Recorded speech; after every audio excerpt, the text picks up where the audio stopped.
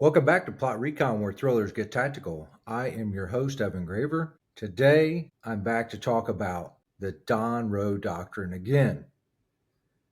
Now, in my first episode, I talked about how Trump is putting pressure on China by taking an increasing role in the Western Hemisphere. Now, I'm going to discuss how the pressure on Venezuela is not just about China, but about all of the BRICS nations. I'm not breaking any new ground here, and some people have put this all together already. I'm just throwing my 2 cents in here, which might be worth something if we still made pennies. If you follow any of the geopolitical machinations or the military buildup in the Caribbean, you have surely read or seen some of what I'm about to say, and please feel free to fact check me or do your own research because this is a large rabbit hole for you to slide down. If you start gazing around, you might feel like Alice in Wonderland. You've gone through the looking glass and you just can't believe your eyes. Again, if you're thinking, Evan, how does this relate to writing thrillers? Let me just say that fact is indeed stranger than fiction. What I touch on today could keep a writer engaged for decades. And for what I sometimes have trouble with is how to keep a character local. Now, in my first John Phoenix book, there was a huge subplots about Guyanese presidents, Venezuela presidents, the American president, and how they all fit together. Sometimes that took more of a central role than my own character and maybe kind of made the book feel disjointed. But I think all had to be in there for me to write the book that it is and for you to understand exactly how the plot fit together. Now, this episode casts just a wide net and pulls from geopolitical events spanning the globe. So I'm just going to keep on diving in, and if it's as disjointed as maybe the book felt, I promise it'll all tie together at the end.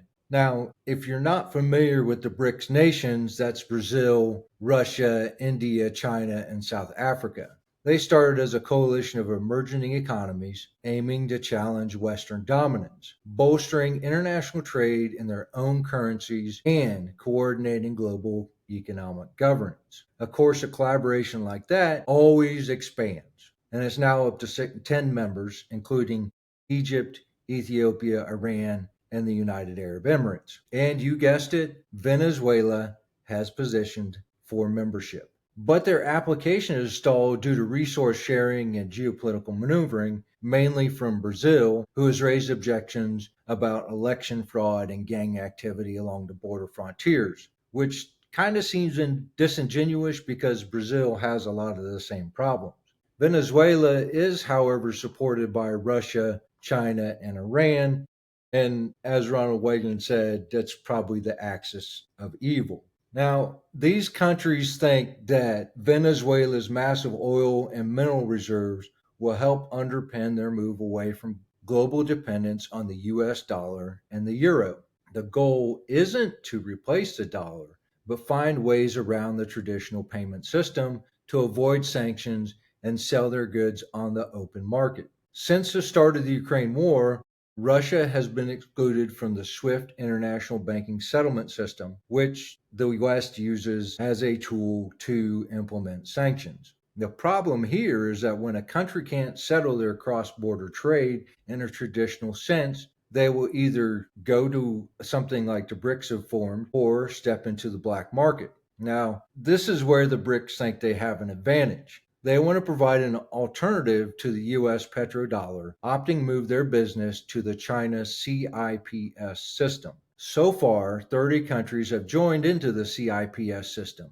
And because the transactions can be conducted in gold, those 30 countries are building massive gold reserves as an alternative to the fiat system, driving up the price of gold by 28% year to date. And BRICS nations now hold over 20% of the world gold reserves.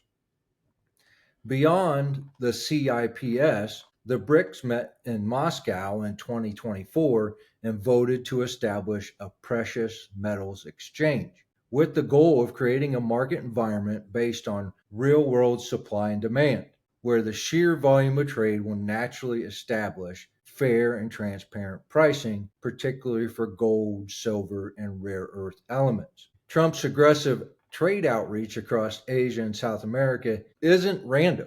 It's an attempt to counter BRICS metal exchange and secure Western access to rare earths, the 17 metallic elements crucial for everything from smartphones and electric vehicles to advanced military equipment and wind turbines. And the crazy part about the exchange is that the BRICS own 72% of the world's rare earth minerals, meaning anytime somebody needs a rare earth mineral, they have to use the BRICS system and settle in gold. Again, all this puts pressure on fiat currencies, especially devaluing the US dollar, which has been the de facto currency since the world went off the gold standard. The important thing to remember here is that the CIPS system and the precious metal exchange is that they both live outside of the London and New York banking institutions, which could be the answer to the perpetual fiat crisis of spend, print, and repeat. Now, I can hear you now saying, cool, Evan, but what does this have to do with Venezuela? Like I said, Venezuela has petitioned to become a BRICS member. But even though they're not a full-fledged member, they're still a partner. Maduro is besties with Russia, Iran, and China. Now, Russia has been a high-value trading partner since Hugo Chavez visited Moscow in 2000 to buy Sukhoi jets, T-72 tanks, and other armaments worth billions of dollars. Russia became Venezuela's top creditor with oil-backed loans to cushion Chavez's manufactured economic crisis. Just a couple of months ago, Maduro returned to Moscow to sign a treaty of strategic partnership and cooperation, which included 25 different clauses. I'm not going to name them all, but chief among them is opposing U.S. sanctions, expanding energy, exploration and mineral development, and strategic defense. While this agreement may seem important, both countries will have trouble living up to their end of the bargain. Maduro can't produce oil and minerals that his country and others need to survive. Russia has shifted their focus to Ukraine, turning Russia from a reliable patron into a sketchy partner. But the war also cuts into Russia's other strategic partnership that funnels cash and arms to Venezuela. Iran is one of Russia's cornerstones in its multipolar world. Iran and Venezuela are mirrors of each other in Moscow's onion-domed palaces. Both are sanctioned energy giants that Russia sees as proxies to counter U.S. hegemony. As with Maduro, Russia signed a 20-year deal with Iran covering the same bases. Iran lives on oil sales to China and Russia. Their oil deals put pressure on U.S. shale, driving down the price to below where U.S. can afford to drill, which threatens U.S. energy independence. Iran also provides Russian-backed loans and ghost fleets of oil tankers to resupply Venezuela, despite Venezuela having more oil beneath its surface than any other country in the world. Now, that's an amazing fact because Maduro can't seem to make his wells produce. Ever since Chavez kicked out the Western oil producing companies, his nation has been in decline and just hasn't been able to produce oil like it should. And while the U.S. prevents these ghost fleets from Iran from reaching Venezuelan shores by blocking the ports and, coming alongside the ships with U.S. military vessels and diverting to other foreign ports and imposing more sanctions on both Iran and Venezuela, it just raises Iran's ire, Russia's ire, and Venezuela's ire. So, what does all this really mean for U.S. and Venezuelan policy? Well, I think this is where Trump is really putting pressure on things to break Venezuela as a linchpin of this axis of evil, so to say. Iran has been active in Venezuela since I think they put the first embassy there in 1967. And nothing really happened between those two countries until the early 2000s when Chavez came into office and their political ideologies kind of aligned. Iran began deploying Islamic Revolutionary Guard Corps and its elite Quds force to Venezuela, providing hardware, expertise, and personnel to enhance Venezuela's asymmetric capabilities. And Iran views Venezuela as a foothold in Latin America for logistical ops and terror financing. The Quds Force, responsible for extraterritorial operations and proxy militias outside of Iran, deploys small covert teams under diplomatic cover to deliver training to Venezuelan forces, Hezbollah affiliates in Venezuela, and gangs like Tren de Aragua. These units focus on coordinating arms flows and cyber ops against U.S. targets, oversee Hezbollah-linked gold mining and narco routes, and launder funds for IRGC budgets. Now, recent intel ties Quds Force to a foiled 2024 plot to assassinate Israel's ambassador to Mexico, orchestrated out of Venezuela's Iranian embassy. Quds veterans are also there to conduct programs for Venezuela intelligence and local paramilitaries, emphasizing guerrilla tactics, drone ops, counterintelligence, basically enhancing Maduro's repression capabilities and surveillance operations. Quds forces are also tied to arms shipments to places like Nigeria and other African countries that are having their own wars within their borders. Now, here I want to back up a moment and touch on Hezbollah because, while Hezbollah is started in Syria to oppose Israel invading Syria, it is backed by Iran and is basically an Iranian proxy. Now, acting as that proxy, they're in Venezuela exploiting the gold mining in the Orinoco mining arc to generate millions of dollars in untaxed revenue to the tune of $500 million a year. Hezbollah does not directly operate these mines, but they embed operatives within the local criminal syndicates to purchase the raw gold at discount rates from miners, and they take a cut from protecting shipping routes. The gold is smuggled out along the same routes used as cocaine and in shipments of legal commodities like charcoal or food for resale in markets like Turkey, the UAE, and Iran for clean cash. Gold is also converted to cryptocurrency through Venezuela and other foreign firms, including operations in the U.S. that we have since shut down. With this funding, Hezbollah blurs the lines between crime and jihad. Now, one of Hezbollah's primary conduits is the now infamous Tren de Aragua gang, or TDA, which was founded in 2010 in Venezuela's Tocaron prison by Hector Guerrero Flores, who was an inmate and wanted to start an extortion racket. Now, his racket quickly expanded into 7+ Venezuelan states through extortion, kidnapping, drug trafficking, and illegal mining.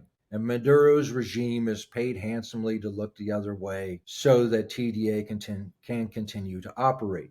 The TDA isn't the only actor in the region, they're just one of the largest, pushing into the U.S. through loose border policies and tolerant administrations. But now the DHS has designated TDA and their partners as international terrorists, and that puts pressure on TDA, the Cartel of the Suns, Hezbollah, Colombian FARC rebels, and other transnational organized criminal gangs. The kinetic strikes we see against drug boats are following these traditional smuggling routes out of Venezuela through the Gulf of Paria and along the northern coast into Colombia and into Aruba, Bonaire, and Curacao. Now, in case you didn't know, that's part of this process of putting this pressure on this and stopping the drugs from entering the U.S. instead of focusing on a failed policy of trying to prevent people from taking drugs in the U.S. and just giving them Narcan when they overdose. That's a whole other opinion for another podcast, and I won't get into that here. But I do have another sidebar, so hold on to your hat. These strikes on these drug boats have been compared to what Thomas Jefferson did when going after the Barbary pirates in 1801. Now, the Barbary pirates came about in 1492 when Spain forced Muslims to become Christians. They were basically given the option of either you convert or you leave the country. And a lot of these Muslims decided to leave, and they settled on the Tripolitan coast of North Africa. And in response to this, forced migration, They declared war on shipping in the Mediterranean. They attacked ships from every nation that refused to pay a tribute to them. There was three nations really involved: Tripoli, Algiers, and Tunis, and each had their own treaties with foreign nations. If they didn't like what the nation did, say the US quit paying tribute in the form of cash, arms, ships, and supplies, the pirates would tear up their contract and go to war with that nation, ransoming their captives and enslaving white Christians to the tune of between 1 and 1.5 million people from 1530 to 1816. Now, Thomas Jefferson sent ships 1801, and Congress did declare war on the Barbary pirates. But Jefferson really never gave the Navy the true authority to destroy the pirates, nor the manpower to fully prosecute the war. Because at the time, the U.S. Navy had like 12 ships, and Jefferson sent like between 4 to 6 ships to the Mediterranean to go after the pirates. Now, the sailors weren't that happy about it, and they probably spent more time partying in foreign ports than really conducting a war like sailors tend to do. But they did accomplish a few things. And at the end of this Barbary War, Tripoli got humbled, American prestige rose, and the U.S. proved it would fight the pirates instead of just paying. But we kind of backslid because after the Navy left, the pirate raids began again, and the U.S. went back to paying tribute. Now, fast forward a few years, and James Madison is in office. He declares war on England in 1812, particularly due to the British Navy's impressment of U.S. sailors. The U.S. Navy carried lessons from their time against the Barbary pirates and took the fight to the British. And we really proved to the British that Americans were exceptional sailors and exceptional fighters. In 1814, when the War of 1812 finally ended, Congress authorized funding for a standing navy and realized the importance of projecting U.S. might on the high seas. And here's the part that most people don't realize about the Barbary Pirate War, is that it wasn't Jefferson that put an end to the pirates, but James Madison. Now, riding on the waves of victory over England, Madison dispatched the Navy, giving Captain Stephen Decatur the edict of no more tribute ever. And under Decatur's guns, Tripoli, Tunis, and Algiers signed new treaties, released all the U.S. captives, and signified a radical sea change where the old world recognized America's naval might. And we've had a presence in the Mediterranean ever since. So how does that fit or tie into today's war on drugs? Well, for the last 30 plus years, we've seen drug use escalate, and despite military presence in the Caribbean, not much has changed. The Coast Guard stops a drug boat, and the drugs get tossed before the guardsmen can board and seize them. One boat might get taken out, but there are many more that remain, and there's really no disincentive for these smugglers to quit what they're doing. Now, I see Trump taking the same stance as Madison, saying, I'm done messing around and this is going to end now. But how does one effectively end the war on drugs? Well, you have to take down the proxy networks that allow the trade to flourish. Maybe even rogue actors within the U.S. Think three-letter agencies. Now, let me bring in the third Caribbean actor in this play. The love affair between Venezuela and Cuba runs deep, going back decades. Their economic ties are the most intertwined of all of Latin America. But again, their allegiance is rooted in that oil for service scheme, which is eroded with Venezuela's lack of production. Over the years, Havana has embedded thousands of personnel in Venezuela. Over 20,000 doctors and educators staff Venezuelans' clinics and schools, while intelligence agents advise Maduro's policies on counterespionage. President Maduro also relies on Cuban personnel for his close protection and security apparatus. And this stems from his deep-seated distrust of his own military and inner circle. He believes that Cuban agents are key to maintaining internal loyalty, fearing U.S. incentivized betrayal. I mean, this dude has a $50 million bounty on his head. I mean, that's kind of worth somebody trying to take him out, right? And there's probably been several attempts to do just that we will never know about because Maduro squashed the news and executed the dissidents. Now, Cuba also has a heavy presence in telecoms, oil logistics, trade, and again, all these things are faltering due to sanctions on both countries and their individual economic woes. For example, in the past couple of months, Cuba has rebuffed Maduro's plea for extra medics and cash, citing its own post Melissa Hurricane Melissa recovery. Now, I believe that the oil for service model is fraying with Venezuelan output too low to supply Cuba fully. And Cuba really doesn't pump very much of their own oil, if any. They're relying on, China, Iran, Russia, and Venezuela to subsidize their fuel needs, which is probably why we see so many rolling blackouts across our country and basic shutdowns of services. So while Venezuela and Cuba's friendship lives on, the two are basically financially destitute and they can't really offer each other the support that they once were able. And this is probably where the friendship is going to start to fracture. And again, here's where I'm going to tie this all together. The Donroe Doctrine is a preemptive strike on the entire proxy system designed to exploit BRICS overextension by targeting Venezuela as the weak link. Regime change in Caracas will happen. I don't know if it's going to be today or I don't know if it's going to be in a couple of months. But recently there was a memo put out by the Defense Department saying that they were going to delay Christmas leave for service members in the Caribbean and so the Southcom Theater. Also, there's rumors that Trump and Maduro are going to have a talk. Now, I think this is where Trump's going to offer him the Golden Bridge. It says basically, get out now, we'll give you some money, find a place to land, go away for good. And we'll have regime change in Venezuela. And Trump really hinted at this back on November 3rd when he said Maduro's days are numbered. And again, I think that Venezuela has to break for Trump's strategy to work. And if you break Venezuela, you break Russian arms networks, Iran's Quds deployment, Hezbollah gold financing, TDA smuggling routes, Cuban intelligence foothold, China's regional influence, and the BRICS rare earth and gold settlement ambitions. And this is what I mean by Venezuela being the linchpin.